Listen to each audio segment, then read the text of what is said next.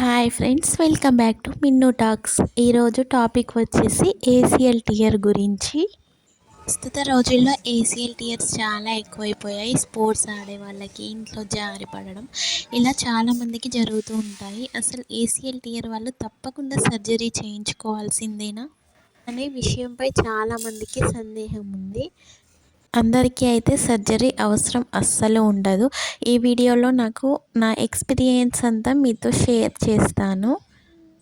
ACL tears అయితే 3 types ఉంటాయి: complete tear, partial tear and just strain.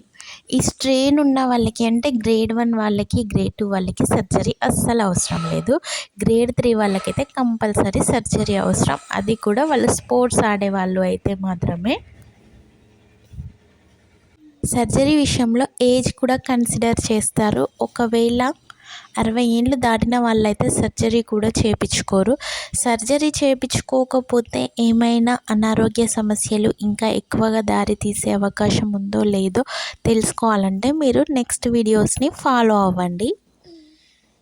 అయితే మిగిలిన లింగమెంట్స్ లాగా ఏసీఎల్ ఎందుకు హీల్ కాదంటే, ఏసీఎల్కి బ్లడ్ సప్లై అనేది చాలా అంటే చాలా తక్కువగా ఉంటుంది. ఇది నీ మధ్యలో ఉంటుంది, ఫ్లూయిడ్లో, సైనోవియల్ ఫ్లూయిడ్ మధ్యలో ఉంటుంది. సో ఇది హీల్ అవ్వడానికి చాలా టైం పడుతుంది అండ్ కంప్లీట్గా అయితే హీల్ అవ్వదు. మరి ఇది హీల్ అవ్వడానికి ఏ ప్రికాషన్స్ తీసుకోవాలి, ఏ మెథడ్స్ ఫాలో కావాలి అనేది నేను మీకు నెక్స్ట్ వీడియోలో తెలియజేస్తాను. ఏసీఎల్ హీల్ అవ్వడానికి రైస్ మెథడ్ చాలా బాగా యూజ్ అవుతుంది. Rest, ice, elevation and compression. Brace use చేయడం చాలా అంటే చాలా అవసరము. అయితే నేను నా ఏసీఎల్ టియర్ని ఎలా కంప్లీట్గా సర్జరీ లేకుండా రికవర్ అయ్యాను అనే విషయాల గురించి మీకు నెక్స్ట్ వీడియోలో తెలియజేస్తాను. మన ఛానల్ని సబ్స్క్రైబ్ చేసుకోండి.